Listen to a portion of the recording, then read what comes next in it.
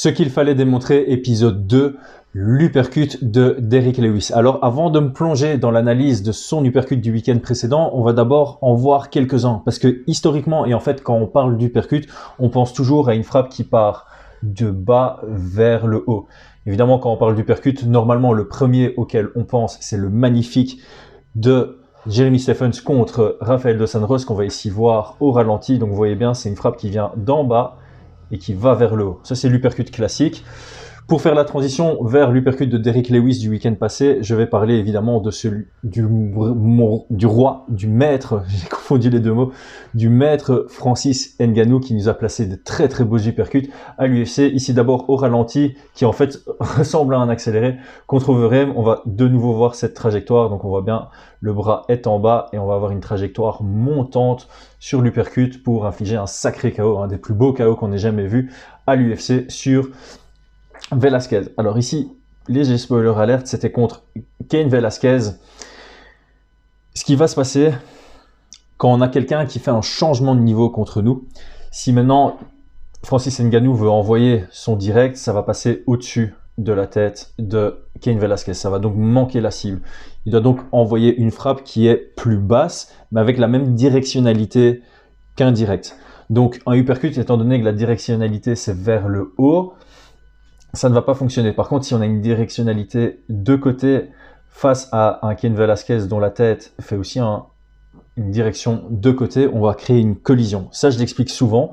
Si j'ai une voiture qui va du 50 à l'heure et qui est derrière une voiture qui va du 30 à l'heure, il y a une collision, mais il n'y a pas beaucoup de dégâts aux voitures. Okay, il n'y a pas d'accident, il n'y a pas de blessés, il n'y a pas de blessures, c'est juste un petit choc. S'il y a une voiture qui est à l'arrêt et une autre voiture qui roule à du 50 à l'heure et qui rentre dans la voiture à l'arrêt, là, il commence à y avoir des risques de blessure. Et si on a une voiture qui va à du 30 km/h dans une direction et qui rentre en collision avec une voiture à du 50 à l'heure dans l'autre direction, on a un frontal et ça là, on commence à avoir des graves blessures, voire des décès. En MMA, les impacts de frappe, il faut les voir de la même manière. Si la tête de Cain Velasquez va par là et que Francis Ngannou frappe par là, il va pouvoir l'encaisser, Cain Velasquez. Si sa tête est à l'arrêt et que la frappe vient ici, c'est un peu comme l'uppercut qu'on a vu précédemment. Ça peut faire mal, surtout avec Francis Ngannou. Si la tête va dans un côté et que la directionnalité de la frappe est opposée à la direction du mouvement de tête, on a le KO directement. Donc ici, on n'a pas un uppercut qui monte. On a vraiment un angle droit au niveau du bras et on vient en collision au mouvement de tête de Cain Velasquez.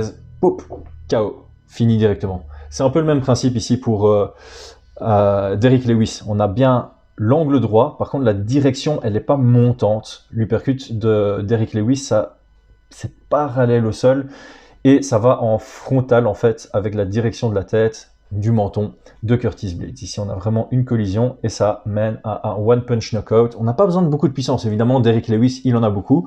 Et ici on a un exemple de Jared Cannonier plus tôt en 2020 contre Jack Hermansson, exactement le même principe. Jack Hermansson, changement de niveau, la tête est plus basse, donc si on a un direct, ça passe au-dessus. Donc l'angle droit dans la frappe, la directionnalité parallèle au sol, et ça va à l'encontre de la tête de Jared Cannonier, de Jack Hermansson, et ça finit sur un knockdown. Est-ce qu'on doit faire ça absolument contre des lutteurs? Pas spécialement.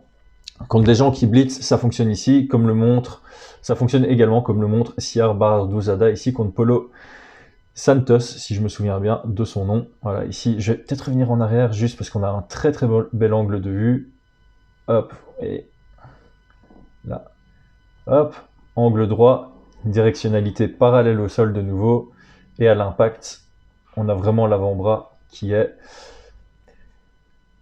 dans la direction opposée du mouvement de Paulo.